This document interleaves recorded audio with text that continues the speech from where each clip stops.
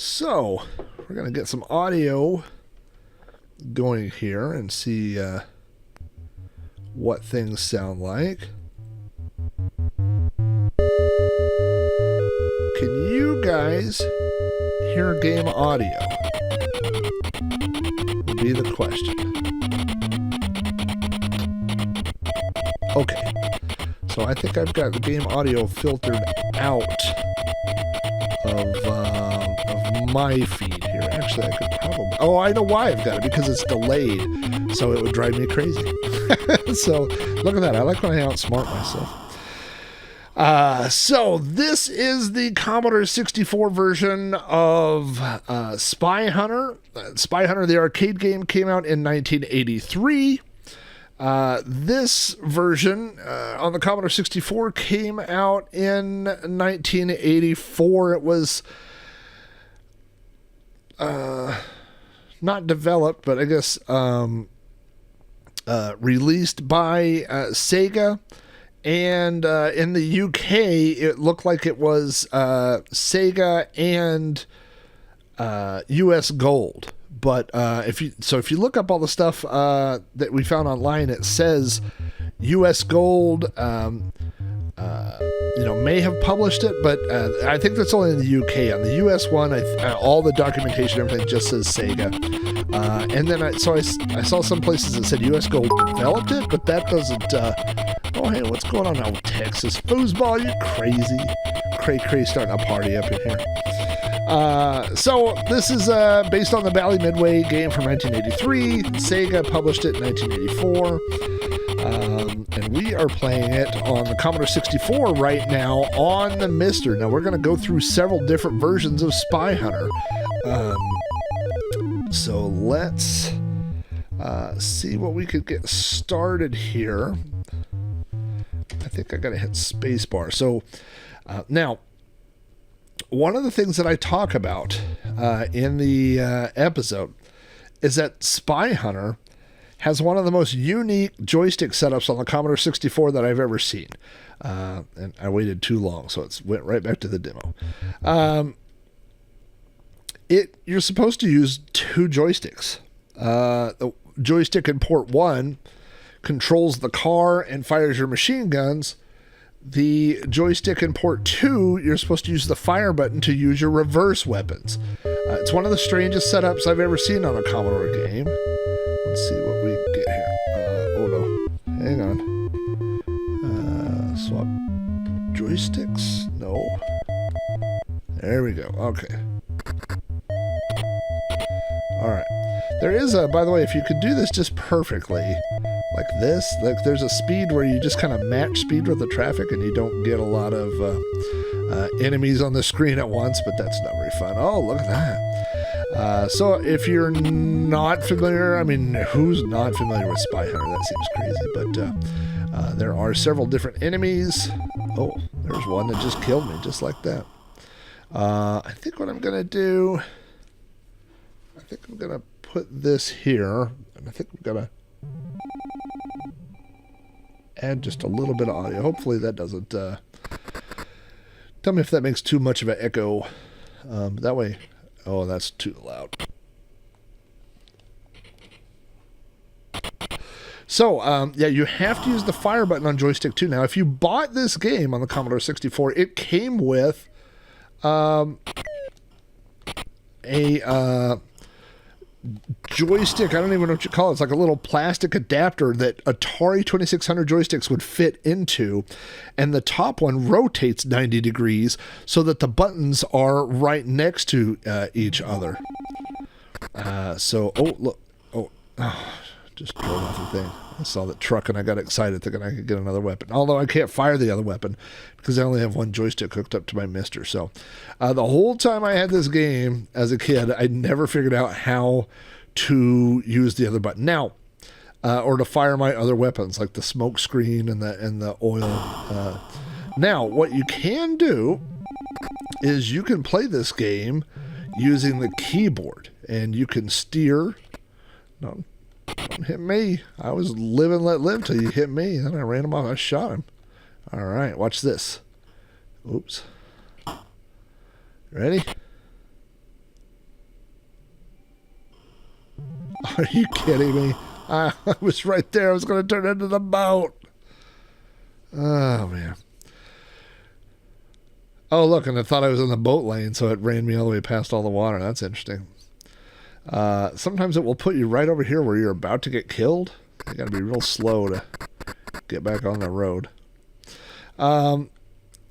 So there's just a few game mechanics to note here. The first one is that the game starts with a timer. If you saw that timer that was counting down from 999, as long as the counter is counting down, you have unlimited cars. So you can keep crashing. You'll get cars until that timer runs out, and then it just depends on, oh, look at that. Spy boat.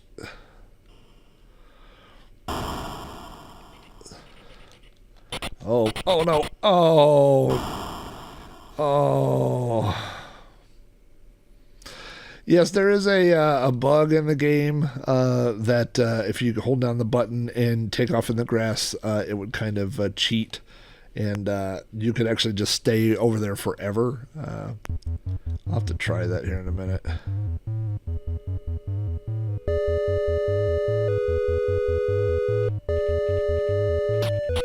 Let me see if this works.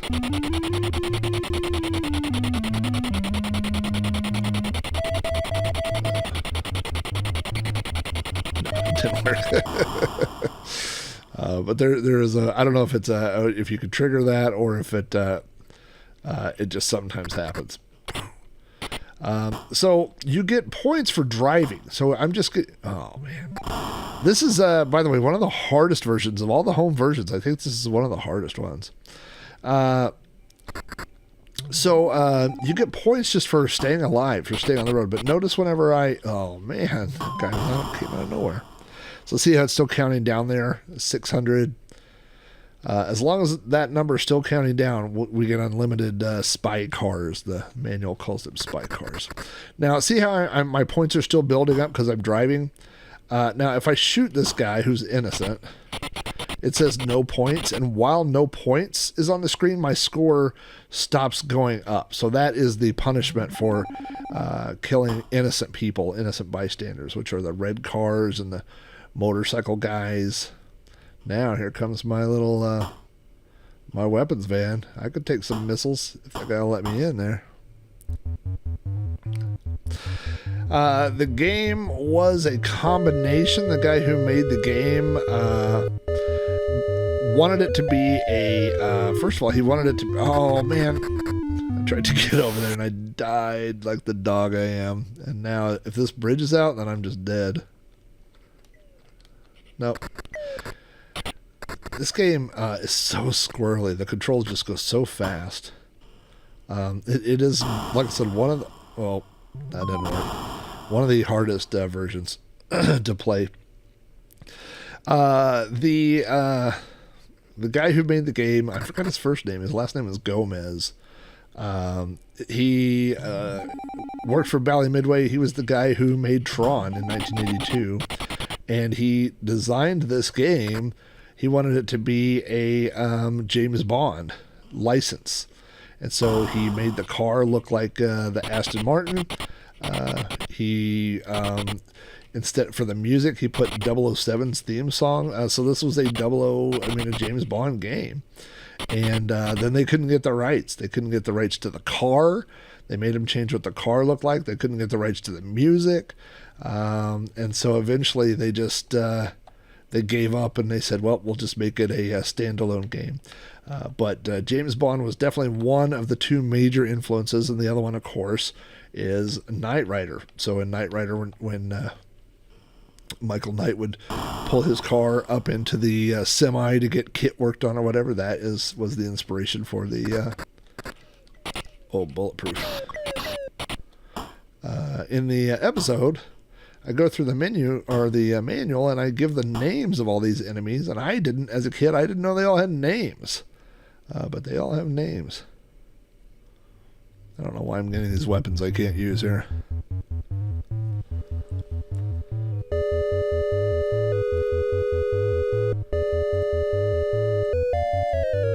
There we go.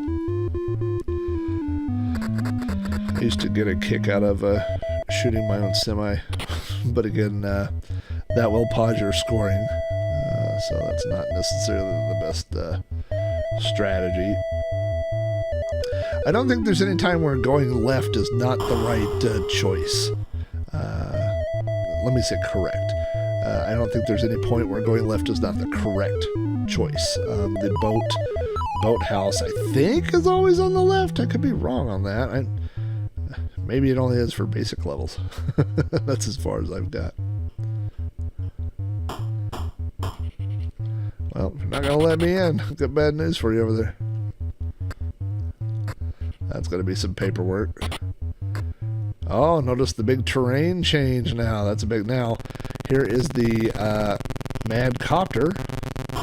Mad Bomber, a.k.a. Copter. And the only way to defeat him... Oh, no. Get over there. The only way to defeat him is with the missiles. But the semi full of missiles I shot. So, that's bad for me. I always thought this level looked like... I mean, obviously it's supposed to look, you know, like kind of deserty or fall or whatever, but on the... With this particular color palette, I always thought it looked like a pizza. Like we're just driving along on a pizza. There we go. Oh. That didn't go well.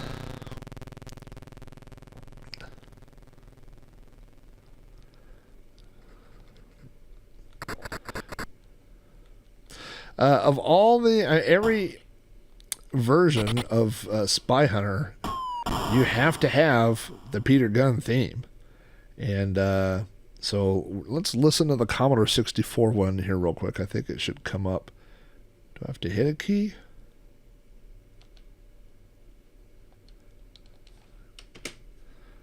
I don't want to start.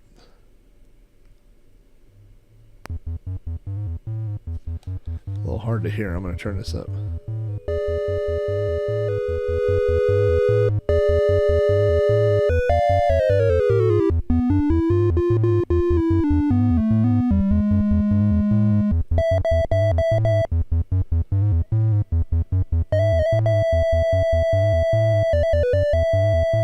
So, of course, the SID chip has 3 voices.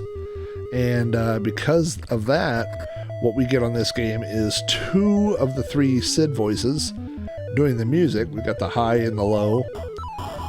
And then we have the third one reserved for sound effects at the same time. So we could fire and we could get the bass line and the melody of Peter Gunn all at the same time. By the way, when I started working on the latest episode of Sprite Castle, I didn't know anything about the TV show Peter Gunn, and now I know like 2%. I know very little. I knew there was the Peter Gunn theme was from a TV show. That's all I knew, and so I looked it up and watched a couple of clips of it on YouTube. It was a spy kind of show in the late 50s, early 60s on TV. Of course, you probably know Henry Mancini did the theme song. And one thing that was interesting that I thought, oh man, what a dookie, was on the original recording, Henry Mancini, he said to get this cool sound, he put the bass guitar and then he layered piano over it, and the piano is played by John Williams. So if that doesn't lend a little pedigree to your TV show theme song, I don't know what does. All right, let's go hit the docks, baby.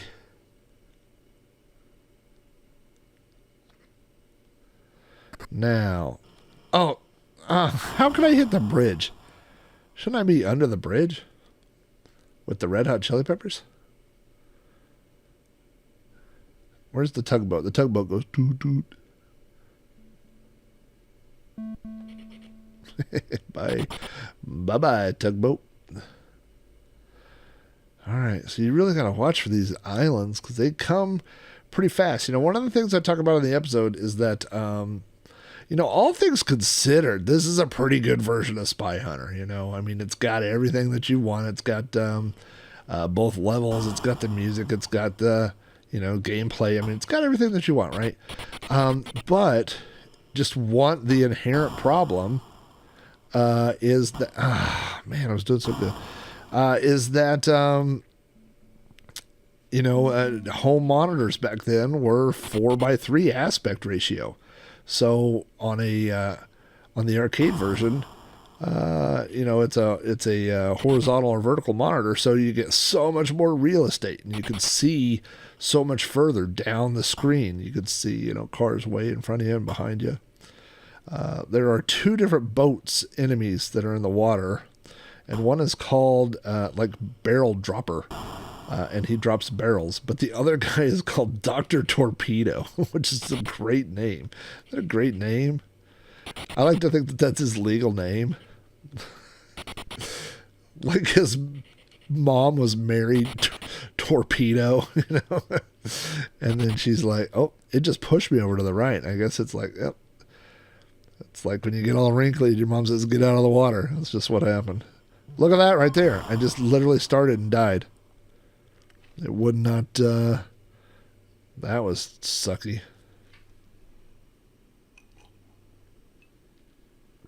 Hello, Commodore Chronicles. Hello, L. Gornfeld, if that is your real name.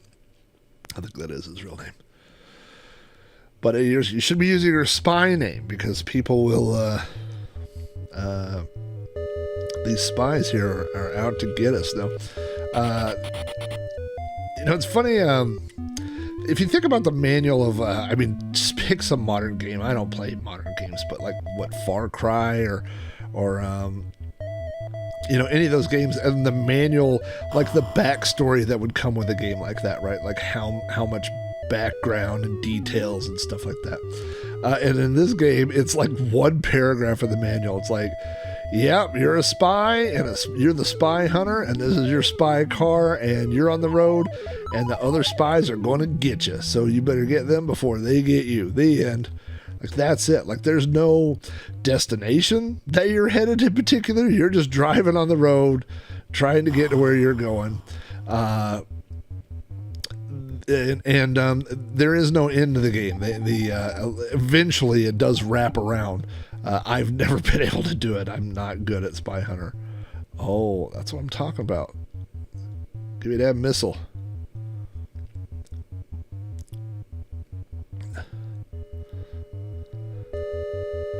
I gotta hang on to this missile for when the helicopter comes. Oh, there was my buddy. He just drove into that.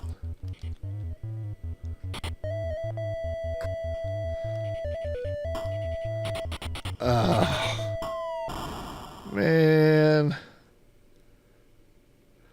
Dr. ADHD, which stands for squirrel. Huh? Oh. That'd be funny if you were a spy with the ADHD, and then they gave me stuff to remember, because I will forget stuff in 5 seconds. My wife will be like, I'm going here and I'm doing this and I'll be back here. And then I'll go, okay. And she'll go, you want me to get anything? And I'll go, from where? And she'll go, I just told you. I literally told you. I was like, well, I wasn't really paying attention. And that might be different than ADHD. But also, a lot of times, my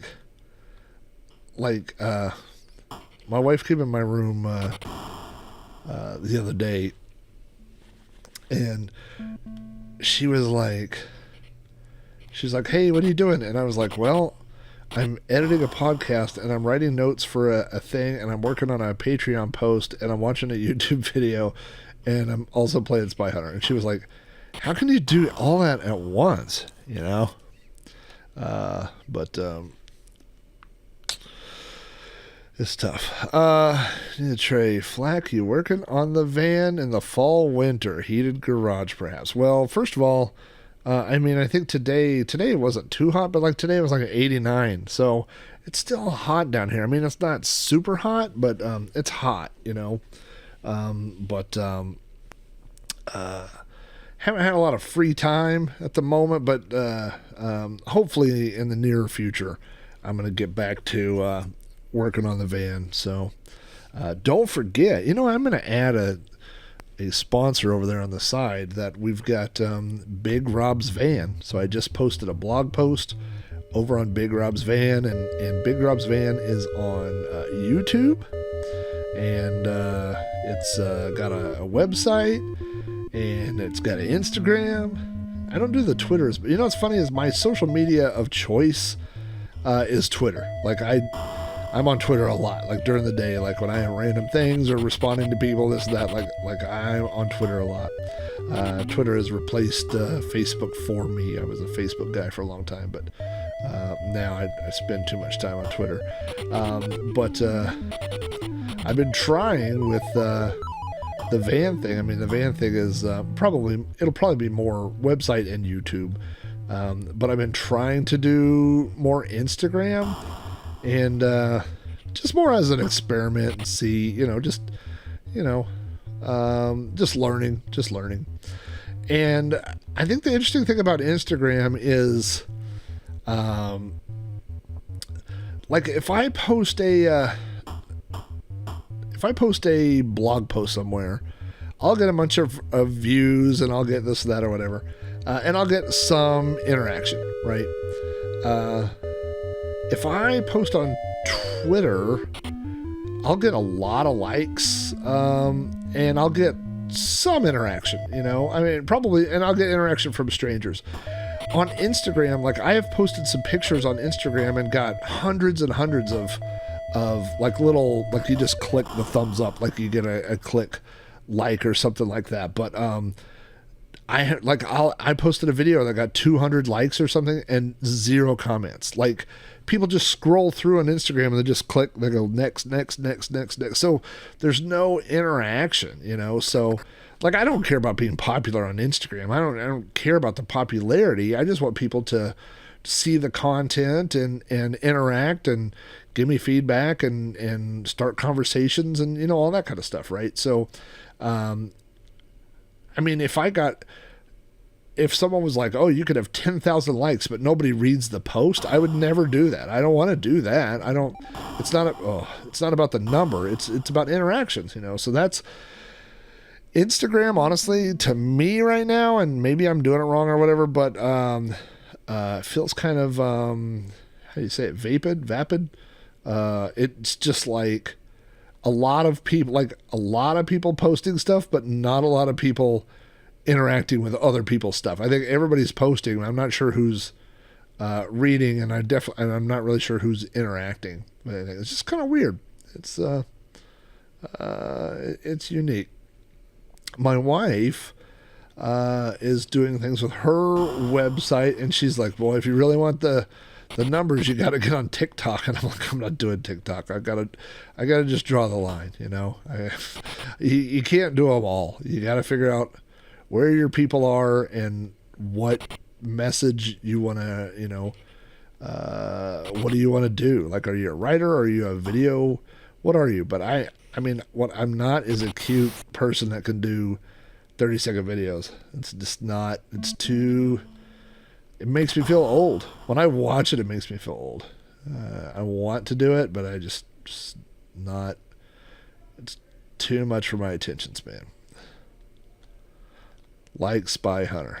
All right, we're going to give this, probably after this, we're going to look at some of those other versions I talked about.